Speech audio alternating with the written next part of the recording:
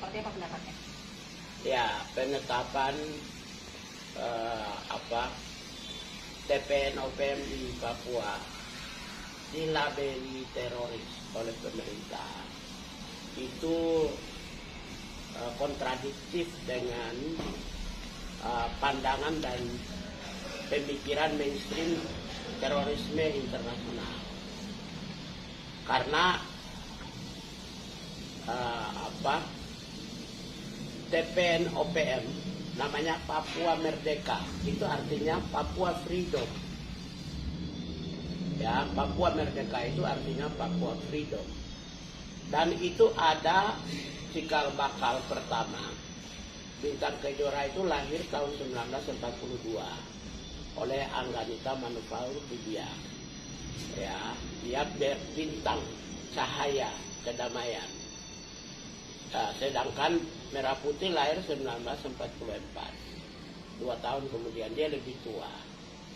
Kemudian keinginan merdeka itu tahun 1940-an oleh Van Eck Hout sudah mempersiapkan kemerdekaan Papua. Dan 1960 Papua benar-benar sudah jadi negara.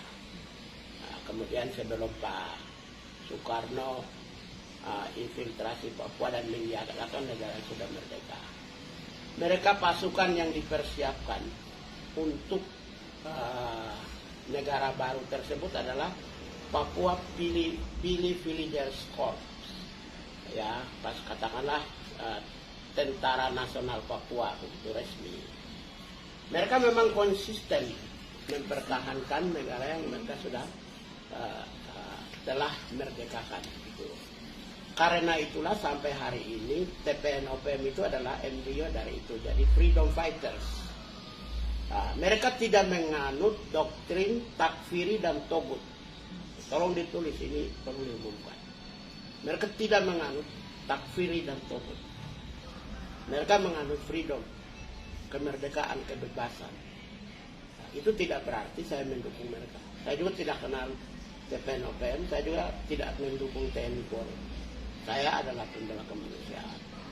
Karena itu, karena mereka adalah freedom fighters, maka di dalam hukum internasional, itu jenderal-jenderal di akademi militer itu diajarkan tentang hukum humaniter Konvensi Jenewa.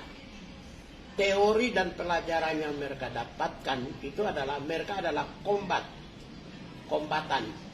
combat. Kemudian mereka itu adalah rebellion.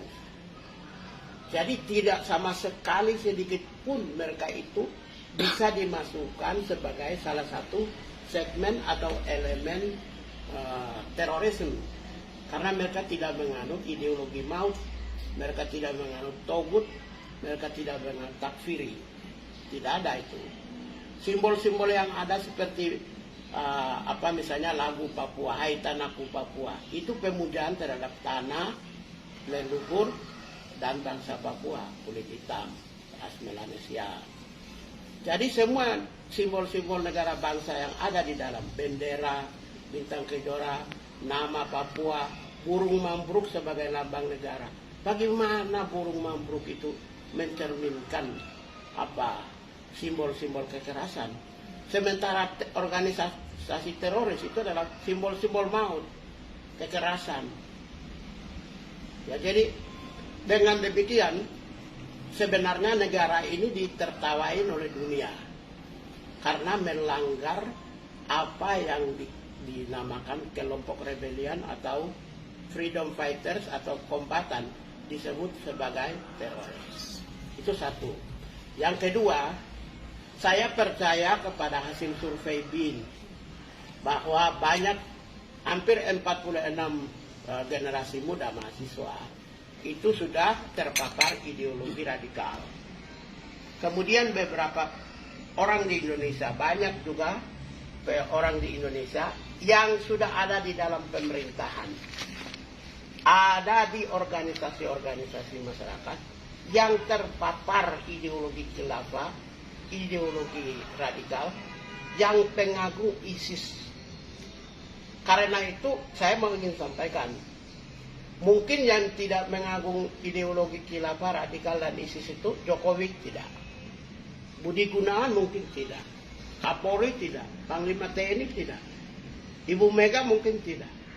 Tapi jabatan-jabatan pejabat-pejabat yang lain sudah pasti berdasarkan hasil survei BIN. Itu mereka terpapar ideologi radikal.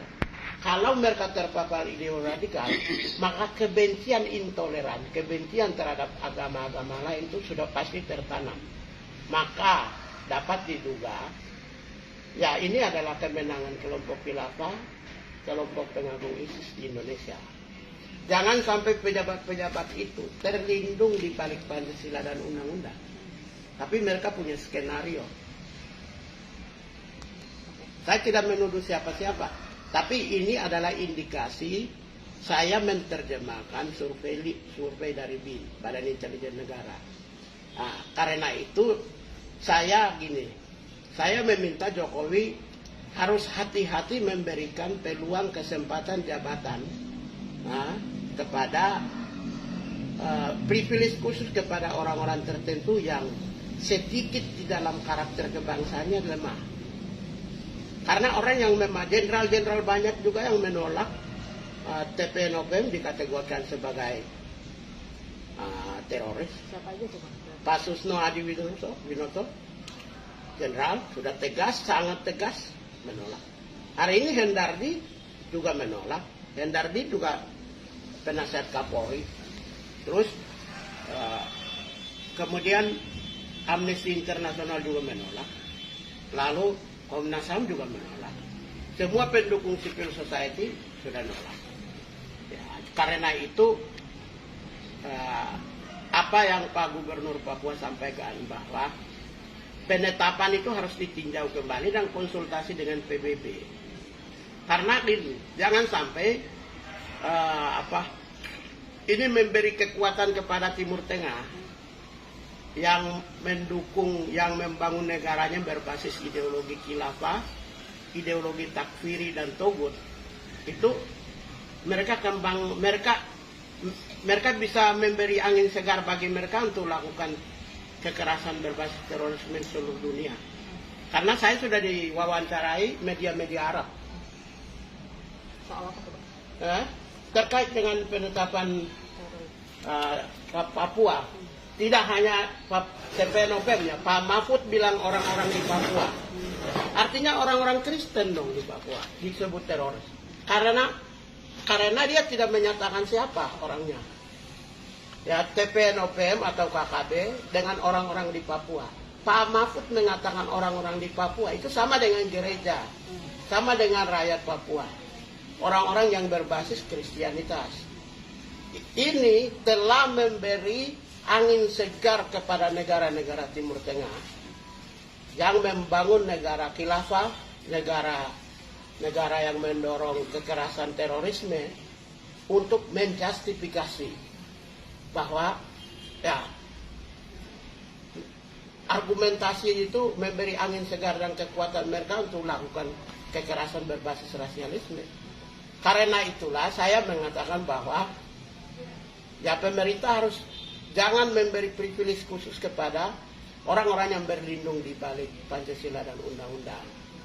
Kemudian memberi jabatan di dalam pemerintah, tapi mereka justru mendorong, mengembangkan, memperkuat, atau memberi angin segar kepada kemenangan khilafah dan ISIS.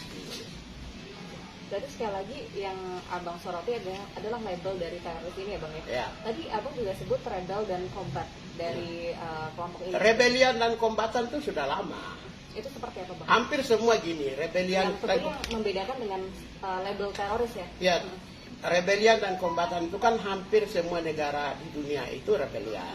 Yang zaman lalu, yang memerdekakan wilayahnya. Kelompok rebellion itu adalah kelompok Bumi Putra yang membentuk kekuatan berbasis patriotisme dan nasionalisme. Di negara-negara di Afrika itu pemimpin rebellion itu Jomo Kenyatta, Bapak Bangsa di Kenya. Kemudian Kwame Nkrumah, Bapak Bangsa di Ghana. Kemudian Julius Nyerere, Bapak Bangsa di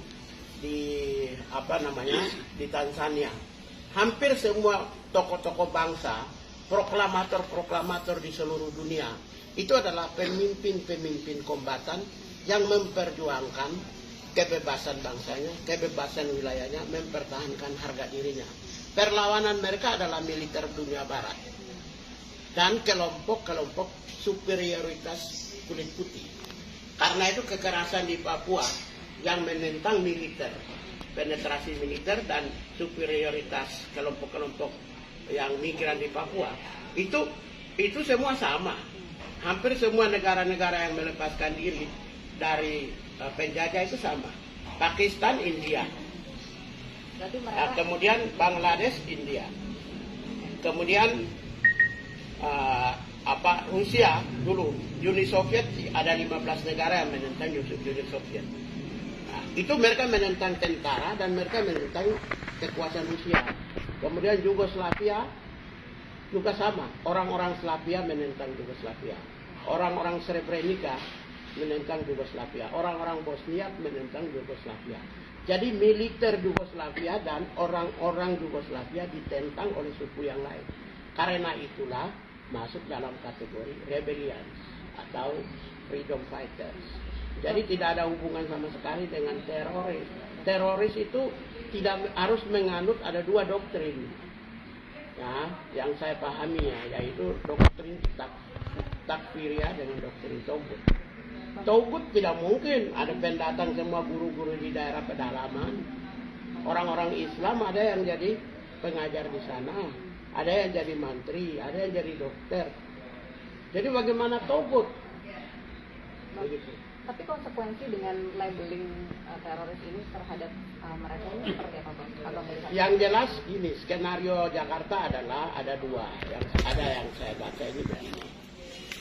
Yang pertama, sebuah desain skenario tujuannya adalah tidak hanya sekedar memberangus KKB atau TPNOP, tidak hanya sekedar itu. Karena Jakarta sudah menggunakan maksimum essential force, maksimum, saya tidak pakai minimum, bertahun-tahun, tapi mereka tidak mampu menyelesaikan. Apa enggak kemarin operasi militer dibawakan dari Panglima Komando Wilayah Gabungan itu berhenti? Kan juga enggak. Dulu zaman Soeharto berkali-kali disebut KKB, GPK lah, Gerakan Pengacau Keamanan lah. Itu sampai sekarang kan tidak pernah dengan kekuatan alat utama sistem persenjataan. Tetap karena itu menurut pemahaman saya, negara lagi sedang menjustifikasi terorisme untuk membantai rakyat Papua atas dasar rasisme dan rasialisme. Bisa-bisa Papua habis. Dan ingat, Papua ini pintu masuk ke Pasifik. Papua habis, kemudian lakukan politik pendudukan, nanti negara-negara Pasifik goncang, terancam. Australia terancam, New Zealand terancam. Jadi hati-hati, ini politik global bisa berbahaya ini. Berarti saran dari Abang atau masukan? Kalau saran dari saya, sudah kembali ke normal aja. Lo mau kasih nama apa ke, mau apa kucing ke, mau anjing ke, mau KKB ke, mau apa, tapi jangan teroris. Karena teroris itu bisa menggoncangkan kawasan. Negara-negara fanatik semua loh, Palau, Papua New Guinea, ya, Tuvalu, New Caledonia, Vanuatu, Solomon Island, Australia, dengan New Zealand itu negara Kristen fanatik semua. Mereka goncang. Kalau Papua diberangus, gereja-gereja juga ikut dihancurkan kayak Suriah, orang-orang juga dihancurkan, maka berpotensi untuk penetrasi khilafah ini masuk di kawasan Pasifik. Itu yang berbahaya. Karena itu lebih baik ini tidak usah, normalkan aja kembali. Terima kasih. Cukup.